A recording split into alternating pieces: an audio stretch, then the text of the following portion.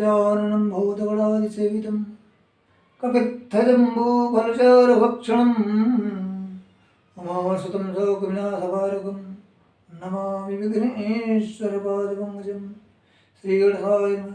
श्रीलंबाद्वादिव्यै नमः। आइए आज हम जन्म कुंडली में केतु ग्रह की चतुर्थ भाव की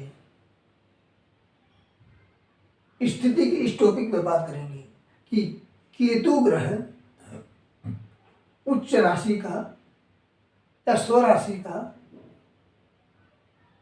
होकर के कुमार अवस्था युवा अवस्था को होकर क्या फल पड़ता है बलवान होने पर।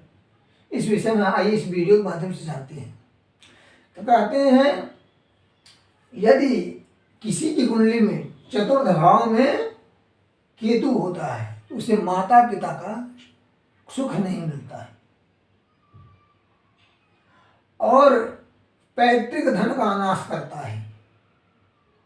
पिता के द्वारा बनाई गई संपत्ति का वो नष्ट करता है। यदि अपने गृह, अब कहते हैं अपने उसका घर कौन है, तो वह वृश्चिक राशि जो है यह है 8वीं राशि। ये अगर यह राशि यहाँ पे हो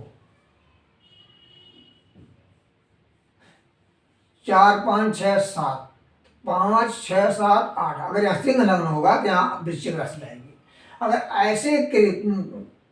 ऐसा कि तो वृश्चिक राशि का होता है तो बंधुओं से सुख देता है, तो अधिक समय चिंता से युक्त होकर घर से बाहर रहता है। परंतु यहाँ कर्क राशि का है, उच्च का भी नहीं है, तो यहाँ जब चौथे भाव में अगर बाल्यावस्था का है, वृद्धावस्था का है और मृतावस्था का है, तब तो यह फल नहीं दे सकता है। यदि यह केतु कुमार अवस्था का है और युवावस्था का है तो यहाँ पर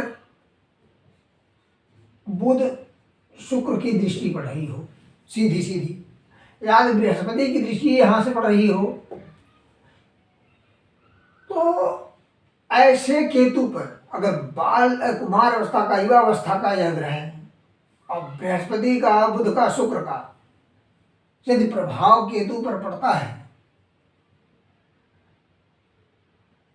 तो उसको कुछ शुभ फल मिलता है, उसके अशुभ फल में कुछ जो है न्यूनता आती है, कमी आती है। यदि ऐसे केतु पर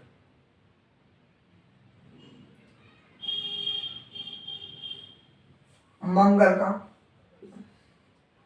या मंगल यहाँ हो, शनि हो, यहाँ राहु तो ही रहेगा, यहाँ केतु होगा तो यहाँ राहु होगा, और यहाँ क्षीण चंद्रमा हो गए, क्षीण चंद्र आदि पापी ग्रहों का प्रभाव जितना जितना केतु पर पड़ेगा उतना ही वह उसको नुकसान पहुंचाएगा। बाल वृद्ध मृता अवस्था का केतु हो चौथे में, और मंगल का, शनि का, राहु का, क्षीण चंद्रमा का, ऐसे ग्रहों का अगर प्रभाव पड़ता है तो उसको माता पिता के द्वारा माता पिता का सुख जो है नहीं मिल पाता है और वह घर से सदा बाहर ही रहता है। और ऐसे केतु जो कर्क राशि में है तो उस जातक को भूत प्रेत पिशाच की बाधा का ज्यादा डर लगा रहता है, उसको ज्यादा से ज्यादा इस चीज से परेशानी होती है और बात विकार से पीड़ित होता है और अवसरवादी होता है। ऐसा जातक जैसा अवसर पाता है वैसे ही उठल जाता है, अत्यंत स्वार्थी होता है, वो अधिक से अधिक स्वार्थ वाला काम करता है और क्लेशपूर्ण जीवन व्यतीत करने वाला होता है। हमेशा जब चिड़चिड़ कलह मचाए रहता है, वही जीवन में उसका जीवन व्यतीत करता है। अगर यदि ऐसा केतु आपकी कुंडली में है और परेशान कर रहा है तो केतु के वैदिक मंत्रों का जप करवा करके, केतु के राहु की शांति करा करके शांति पा सकते हैं। ऐसा भी होता है कि लोग वैदिक मंत्रों का संकल्प ले लेते हैं और करते हैं, ये तांत्रिक लौकिक मंत्र कर देते हैं, उसका फल नहीं मिल पाता है। तत्काल के लिए कुछ फल मिल जाता है अंग्रेजी दवाओं की तरह, कि जैसे हम बुखार हुआ तो तत्काल के लिए एंटीबायोटिक दवाई मिल गई, वो बुखार शांत हो गया, फिर मौका पा गया फिर दबा दिया। तो ऐसे ही तांत्रिक मंत्रों का प्रभाव पड़ता है। तो जब वैदिक मंत्रों का जब होता है, हवन होता है, तो उससे जो है उसके पूर्ण प्रभाव को धीरे धीरे समाप्त करता है।